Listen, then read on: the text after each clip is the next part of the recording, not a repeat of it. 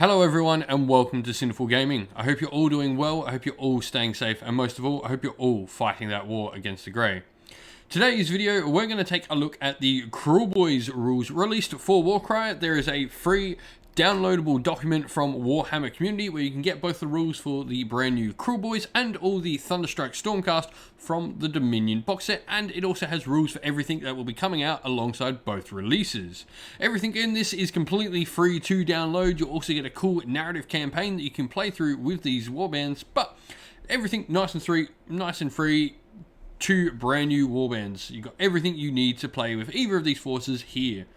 Now, with that said, let's get looking at the Kruleboyz. And so what I want to do is we're going to start to have a look, first of all, at all their fighter and leader abilities.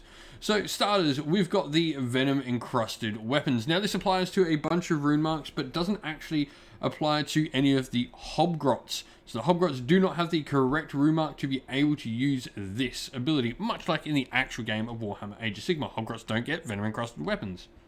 But it's a double, and until the end of this fighter's activation, add 1 to the damage points allocated by each critical hit for attack actions made by this fighter. That's nice. You know, it is maybe +1 damage to all your hits would have been nicer, but you know, a double, doing some extra ones on your crits, solid. Nothing to write home about, but decent. You then got double, which is aimed shot. Now, this is obviously used by your different Bolt Boy units, your leader and your other Bolt Boy regulars. A fighter can use this ability only if they've not made a move action in the turn.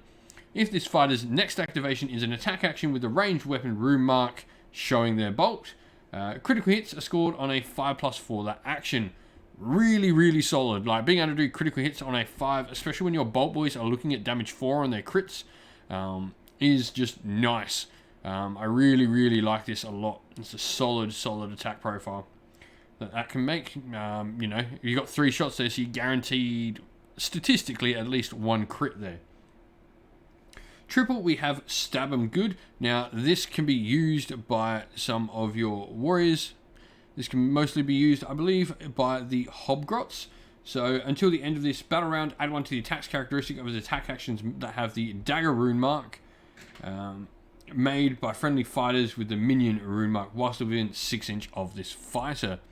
So this works with your Hobgrots, just sort of making them a little bit better. You then got Brewed Elixir as well. So pick a friendly fighter within 1 inch of this fighter and roll a number of dice equal to the value of this ability. For each 4+, remove up to 3 damage points allocated to that fighter. Now this one here, this little triple, we've got our cool little Pot Grot down here. He's the one who uses the ability. Because the Pot Grot and the Stab Grot both have their own stat blocks, and we'll get to them in a sec, but I think that is absolutely amazing that those two models have their own little profiles in this game. Really happy with that. Now, looking at our leader abilities, we've got Bone Crushing Bites. This is, of course, for our killer boss on his great Gnash Tooth, the big doggo.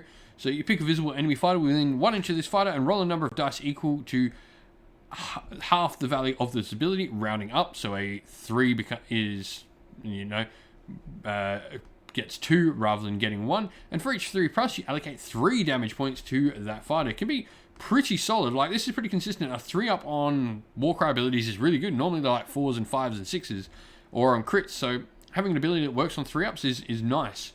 And then you've got double. You hold them off. Pick a friendly fighter with the Kruleboyz faction rune mark and the Bulwark rune mark within 3 inch of this fighter, and that fighter can make a bonus move action or a bonus attack action. So we can check over here and our Bulwark actions. We're looking for this cool little shield here. We've got the Stab Grot who has it, so he's got his own cool little ability. And so your Stab Grot can help there with the Bulwark, so long as he's getting used by all these other ones, which is for your killer boss. So your killer boss can sort of shove his Stab Grot in front of him. Summon Boggy Mist. This is, of course, for our Swamp Cooler Shaman. Till the end of the battle round, subtract 1 for the attack characteristics of attack actions made by enemy fighters whilst within 6 inch of the fighter. Nice. Lowering attacks is always solid. Breath of the Mydrake, obviously coming from our Belcher banner. Roll a dice for each visible enemy fighter within 3 inch of this fighter. On a 3 to 4, allocate 1. On a 5, allocate a number of damage points equal to the ability. Once again, they got really low numbers to hit, considering for Warcry 5+ to hit to do. The number is pretty uncommon in Warcry, in all honesty. Normally it's 6s. So, pretty solid. Cannon attack then for our quad. Now this one can be used by a bunch of different characters. So we've got the Killer Boss, both versions of the Killer Boss can use this. Merknob can use this. All our character ones can use this. So fighter can use this ability only if there are more friendly fighters with the Warrior rune mark within 6 inches of this fighter than there are enemy fighters within 6 inches of this fighter. Those friendly fighters can make a bonus move or a bonus attack action. So it's effectively, coordinating a planning attack. I think there's some really cool play in a bunch of the abilities here for Kruleboyz that sort of really rely on the models sort of playing that sneaky, tricksy game and intertwining all those bits and pieces together, which is awesome because that's exactly what you want to be doing with Kruleboyz. I love it. Well, let's take a look at their fighter cards. So first of all, we've got the Killer Boss on Great Gnashtooth. 38 wounds is solid, and he's only 245, so less just shy of a quarter of your warband normally in match play. I think that's pretty solid. 4 attacks, 4s, 2 and 5. 8-inch move and a toughness of 5. He's pretty solid. I mean, the fact he's got a double ability as well for his bite there to do some extra damage, so you generally will be doing quite a bit of damage with him. I think he's really solid. 28 wounds then on your normal Killer Boss, coming in at 200, 2-5, and then of course he's got all the cool little abilities where he can use the stab grot around him to push in front.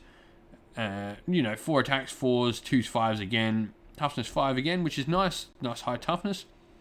Merknob with Belcher Banner, nothing to write home about really. 25 wounds is solid though, and toughness of 4. Swamp Cooler Shaman, much the same, though he does have a 3-6 ranged wizard attack, which is pretty cool. And then you've got your Gut Ripper boss, all your different bosses. So Gut Ripper boss with Mason Sword. This is really interesting because obviously we haven't seen the Mason Sword abilities yet. So you're assuming like he's more offensively good, so he's got an extra attack and the same strength. But 25 wounds on the bosses of varying things. Bolt Boy boss the same. And then we've got Gut Rippers. So 1-3 on the Gut Rippers, 15 wounds and a toughness of 4, solid. The Wicked Hackers, and which is nice as well. And then we've got the Manskewer Bolt Boys. 2 shots and 1-4 is pretty darn solid on them. I think we're going to be seeing a few of these in a Warcry warband, definitely. I really think they are going to be really solid along with some of your other pieces. Definitely working with the Brewed Elixir as well to do some healing, and you've got also the aim shot ability, which is just really solid. I think Bolt Boys with some support is definitely going to be the way we see Warcry warbands. I think that's a really solid version. Hobgrots as well, which is cool. And you've also got the leader rune mark on the Hobgrot. So if you want an entire Hobgrot force in Warcry, it is something you can definitely do, which is awesome.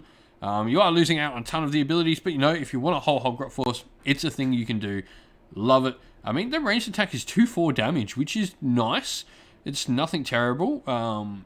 Like their wounds and that are pretty weak. Then we got Stab Grot, the greatest of all the Grots. Toughness 4 on Stab Grot is solid. 65, 1-3, he's nothing great, but Stab Grot is going to stab that. And then you got your cool little Pot Grot as well.